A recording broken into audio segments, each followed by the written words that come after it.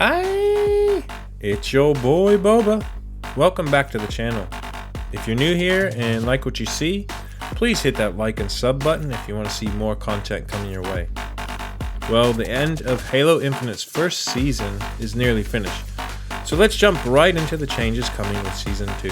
Season 2 takes on the theme Lone Wolves, and here's a look at what we could expect as far as cosmetics. 343 gave us an update via Halo Waypoint. Season 1 Outcomes Report, as they're calling it. It's a pretty extensive list, so I'm going to hit most of the points related to console play, but I'll put the link in the description if you'd like to take a look for yourself. So let's kick it with Playlist. Attrition is going to be added back to Playlist, and revived players will now be able to move immediately after respawn. I personally really love this game mode. But we'll also get the return of King of the Hill, as well as Land Grab and a free-for-all elimination mode called Last Spartan Standing.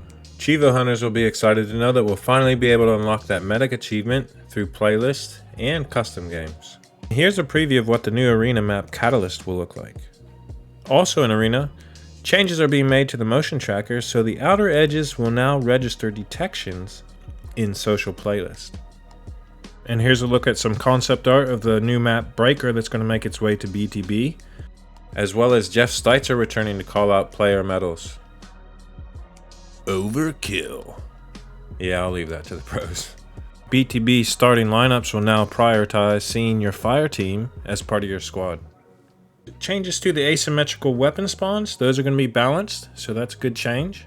Academy will now have an option for untimed weapon drills for those that need to work on their tools of the trade. As far as matchmaking goes, tweaks are coming to ranked with differences in skill levels between players. Ranked play will now reflect progress after each match rather than a player's entire session, and champion rank will be added in the future. There are also plans to mitigate when players disconnect or quit out of ranked matches, with the possibilities of rejoin and forfeit features coming in the future. There's also the chance that we'll get regional server selection to help speed up finding matches. As I mentioned before, we're only getting 2 new maps, but what's going to help keep it fresh is that in Season 2 we'll have more regular rotations to the playlist. So they're going to rotate out less popular playlists and put up new ones. Moving on to custom games in Forge, a lot of bugs have been addressed with this update, with more fixes to come. And a custom game browser is in early development. We'll also see more options being added over time, and we all know Forge will give us near infinite ways to get creative. Some content creators actually already have their hands on Forge and are giving valuable feedback before its drop. As far as aiming goes, work is being done to fix rubber banding and issues with shot registration. I know a lot of players will love the fixes coming with melees, getting rid of that occasional whiffing or phasing through players. Mangler, sadly, is becoming a 2-shot in melee kill now. Ravager's non-charge shot is getting a buff. 343 plan on seeing how those changes affect the meta before addressing the Pulse Carbine, Plasma Pistol, and Commando. So yeah, our feedback is on the radar. Rocket splash damage will get more consistency, and support of an additional melee strike for the Gravity Hammer.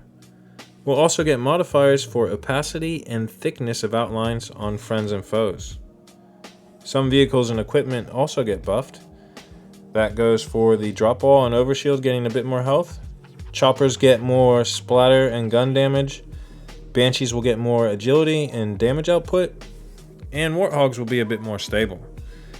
And lastly, they gave us zoom sensitivities to make Infinite feel more legacy, so check this out. I've also got some good news and bad news. Campaign co-op is coming in Season 2, but not on day 1.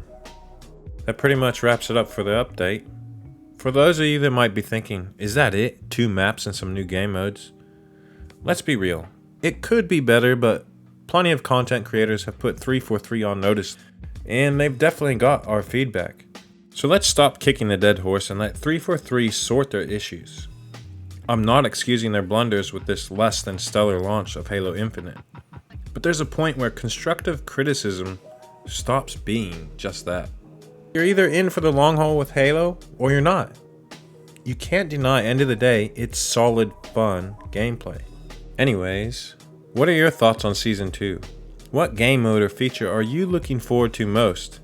Let me know in the comments below. Don't be shy, add me on Xbox and Twitter. I host community game nights most Friday and Saturday nights starting at 8 p.m. Australian Eastern Standard Time. And as you can see by some of the gameplay, I love custom games. My gamer tag is below. Thanks for sticking around, and please hit that like and subscribe button if you haven't already. I'll see you in the next video. I'm out.